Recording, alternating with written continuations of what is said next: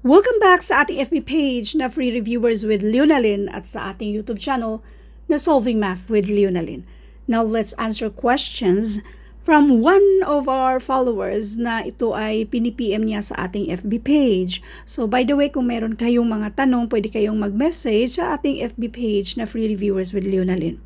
So marami ito, pero sa videong ito munang 10 item na ito regarding sa number series. Mga number series, meron talaga yan sa mismong civil service exam. Kahit yung sa NAPOLCOM, meron yan siya. Mga college entrance test, yung mga ganyan.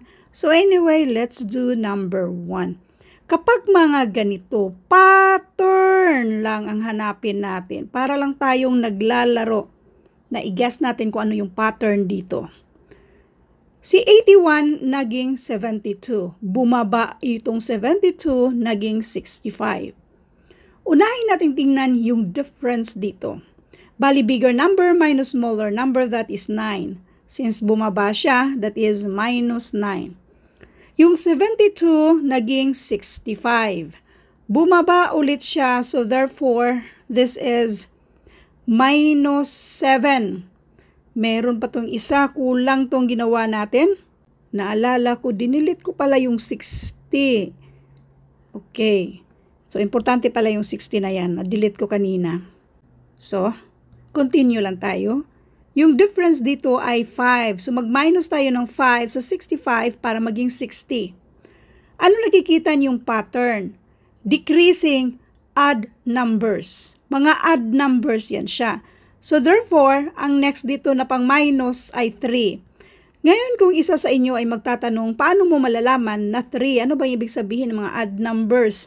Yun ba yung mga hindi ma-divide? Kung i-divide mo ng 2, meron talagang isa na parang remainder ba? Or laging may sobrang isa kung i-divide natin ng 2. So odd numbers, hindi siya ma-divide ng 2. So anyway, ang kanya namang yung difference sa yung mga next na mga odd numbers ay 2 lang din na yan naman. So, 5 minus 2 and that is 3. Kaya, pang minus natin sa 60 ay 3. So, anyway, 60 minus 3, this is 57. Kaya, ang sagot dito ay 57. Next, number 2. Yung kabisaduhin nyo, yung mga pattern na meron dito. So, ano naman kaya ang pattern dito sa number 2? Titingnan natin yung mga alternate. Pwede rin ganun. Kung saan ba ang mas madali dito.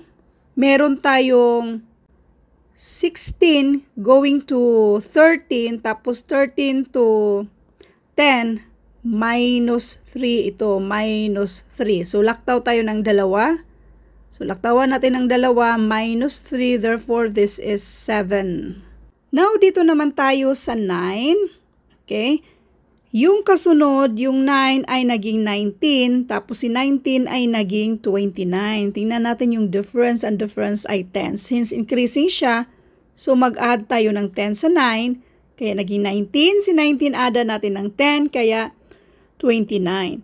Kung itong si 29, add natin ng 10, hindi naman natin kailangan kasi ang hinahanap dito ay ito lang namang dalawa na to.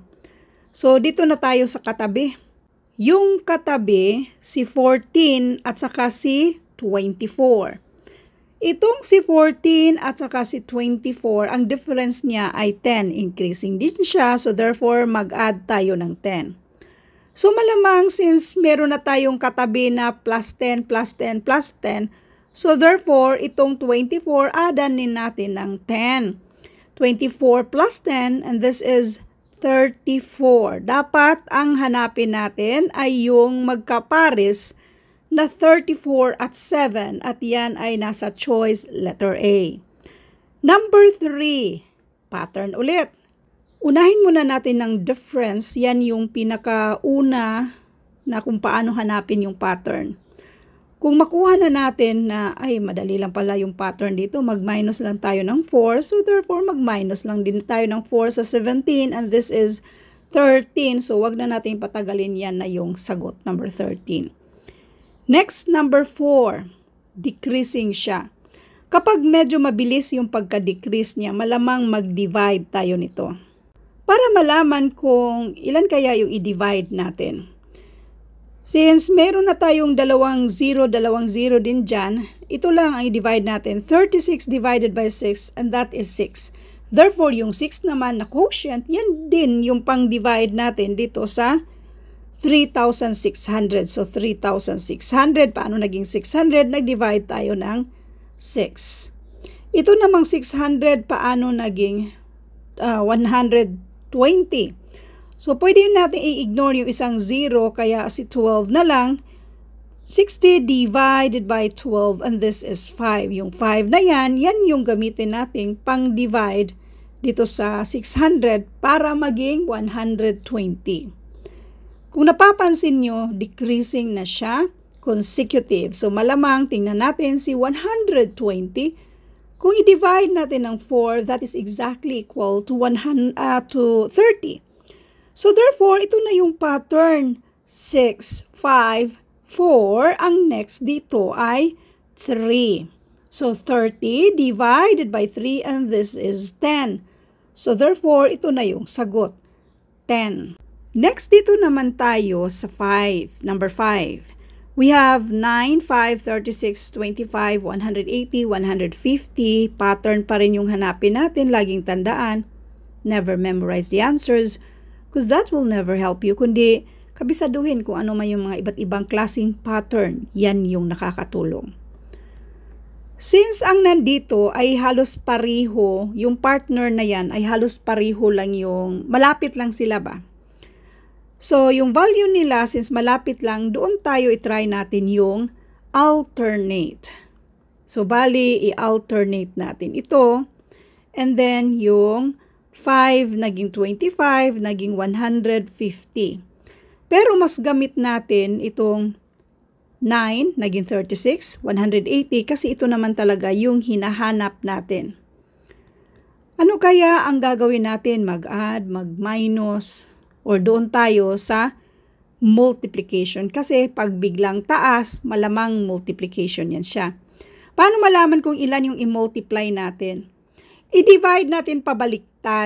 Itong 36 na to, i-divide natin sa 9. 36 divided by 9 and that is 4. Therefore, i-multiply natin ng 4. Si 9 kay naging 36. 180 i-divide natin sa 36 and that is 5. So therefore, i-multiply natin ng 5 itong sa 36 kaya naging 180. Times 4 times 5 malamang ang nandito ay times 6. 180 times 6. And this is, so this is 410, bring down yung 0. So therefore, this is 1,080. At yan naman yung sagot dito. Next, number 6. 18, 32, 44, 54. Doon muna tayo sa kanyang difference. Ang difference dito ay 14. So mag-add tayo ng 14 kaya naging 32. Ang difference dito ay 12. So mag-add tayo ng 12 kaya naging 44. Klaruhin lang natin itong 14 na to. So this is plus 14. Yung next naman, this is 10. So plus 10. Ito naman ay, ilan ba to? 8. So plus 8. 14, 12, 10, 8, decreasing siya, even numbers. So therefore, anong next sa 8? 6. So si 62, minusan natin ng 6. Minusan, mag-add pala. Mag-add tayo ng 6 sa 62 and this is 68. So ito na yung sagot, letter B. Finally, dito na tayo sa number 7. So, doon muna tayo sa mga difference. Ang difference dito ay 4. Bali, mag-add tayo ng 4. Kaya 47. Difference dito ay 7. Dito naman ay 10. And this is 13. So, ano ba to mga numbers na ito? Kunin ulit natin yung difference. Dito tayo sa second layer. So, ang mga difference dito ay 3. So, ito na yung magandang pattern. As in, obvious na obvious. So, therefore, dito sa 13, addan din natin siya ng 3. Kasi ito, plus 3, plus 3, plus 3 yan siya. So si 13, add din natin ng 3 para alam natin kung ilan yung i-add natin sa 77. So 13 plus 3, this is 16. Yan yung i-add natin sa 77. 77 plus 16, this is 93. Saan si 93? To a letter B. Next. Number 8. Napapansin nyo, yung mga pattern na kinuha natin, unang-una ay hinanapan natin siya ng difference. So, kung makikita natin yung pattern by finding its difference, so yun na yun kung klaro naman yung pattern. Dito ulit tayo sa difference. 77 naging 68, ang difference ay 9. Bumaba siya kaya mag-minus lang tayo ng 9 sa 77. Si 68 naging 58, bumaba din yan, so i-minus natin yung 10. Ang difference naman sa kasunod ay 11, bumaba siya, therefore yung 11 pang minus natin sa 58. Next, si 47, kunin natin ang difference dito ay 12. Since bumaba from 47 naging 35, therefore yung 12 ay pang minus natin sa ating 47. Now, yung pattern na nandito, ano nakikita nyo yung pattern? Magkasunod, increasing yung numbers, yung mga numbers dyan, pero yan yung pang minus. 9, 10, 11, therefore 11, 12, 13, yung pang minus natin dito sa ating 35. Therefore, 35 minus 13, and this is 22. Asan ang 22? Letter E. Number 9. 1272, biglang taas. Kapag mga biglang taas, kadalasan kapag biglang taas, multiplication yan siya. So, para mahanap natin kung ilan ba yung pang-multiply natin, sa 72, i-divide natin sa 12. And that is equal to 6. So, therefore, yung i-multiply natin sa 12 ay 6. Now, dito naman para makuha natin kung ilan yung i-multiply natin dito, i-divide natin siya pabalik. 432 divided by 72, and that is 6. Otherwise, since nag-multiply tayo ng 6 dito, i-try natin i-multiply ng 6 is 72, and that is exactly equal to 432. So therefore, ito na yung pattern. Mag-multiply tayo ng 6. 432 times 6. So this is 12 carry 1, 18, 19 carry 1, this is 25. Hanapin natin itong 2,592 at yan ay si letter C. Next, finally, dito na tayo sa number 10. Ang 3 naging 6, naging 24, naging 144. Biglang taas ulit. Malamang mag-multiply na naman tayo dito. Paano malalaman? 6 divided by 3 and that is 2. Therefore, i-multiply natin ng 2 itong si 3.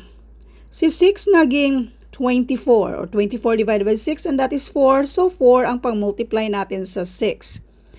Si 144, i-divide natin ng 24 and that is 6. So si 24, kung i-multiply natin ng 6, that is 144. Yung pattern. 2, 4, 6.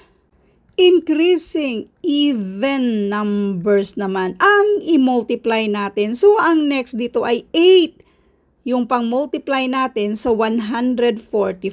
I-multiply natin ng 8. 4 times 8 and this is 2. 32 bali. Sa choices naman, isa lang yung may 2 na nasa pinaka-last part which is itong letter D.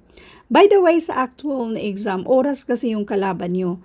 Kung pagka-solve mo, yung last digit na yan, siya lang din naman ang nag-iisa, yun na yung sagot nyo. Shortcut ba? Otherwise, kung halos pareho naman yung mga choices na 2, yung last part, kailangan mo talagang isolve lahat yan. So, anyway, this is 1,152. So, yung karugtong naman nito, abangan nyo sa next na video. Marami pa to. Thank you for watching and all. I hope na meron kayong natutunan sa videong ito. Thank you and God bless.